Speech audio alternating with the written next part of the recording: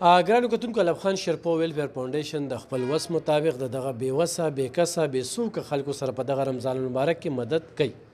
روان دی. ګرانو کتونکو دلته کې کم قسم خلک راځي دا د کلونو راځي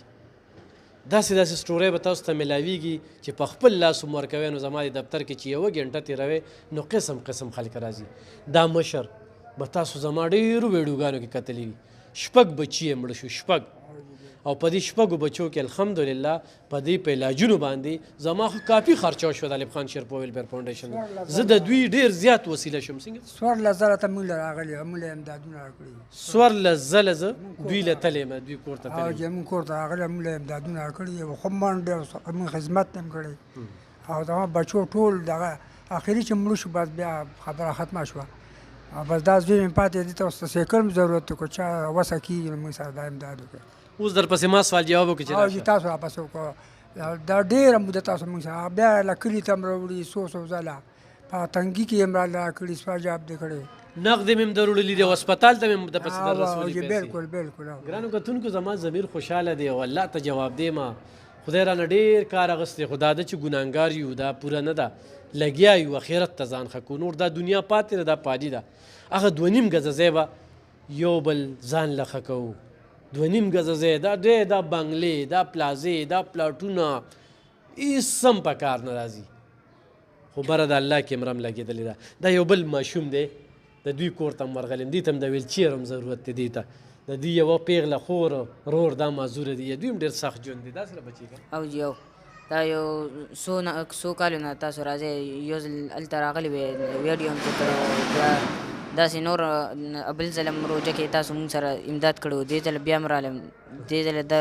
بل ځله روژې نه پس هم بیا تاسو مونږ سره امداد کړی و مونږ راغلي وو. تا یو خور معذوره ده یو مې خور معذوره یو مې رور معذوره دي په کچه کور کې اوسېږي کچه کور کې اوسېږو او ژوند ګران دی او جی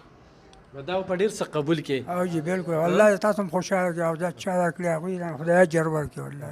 ګرانو کتونکو الف خان شرپو ویلفیر فاونډیشن سره ستاسو مدد او تعاون چې کوم دی انشاءالله دا به په ځای لګي بچي دا ونیسه دا ته ونیسه بچي اورې او ورسره چې کوم دی نو دا م ونیسه صحیح ده او بد دعاګانې کوئ خلکو ته چې د چا دا مدد دی او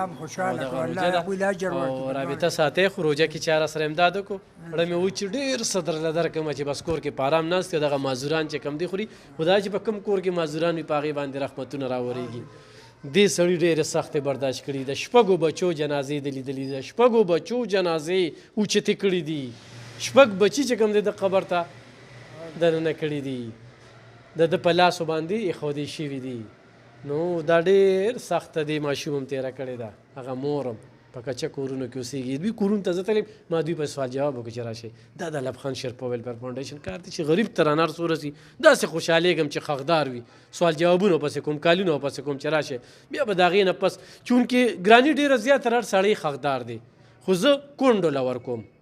هغه کونډو له چې واړه بچي وي چې د ګټې وټې څوک نه وي زما هغه فوکس هغه دی داسې خلکو له ورکوم چې په کور کې 2 3 5 معذوران وي هغوی ته بالکل ورکوم. دا یو مشر دی ډېرې سختې تېرې کړي دي الله دې نور د دوی په خال باندې رحم کړي او الله دې ورته دا زوی نیک عمله صالح لوی کړي تاسو هم ورته دعاګانې کوئ.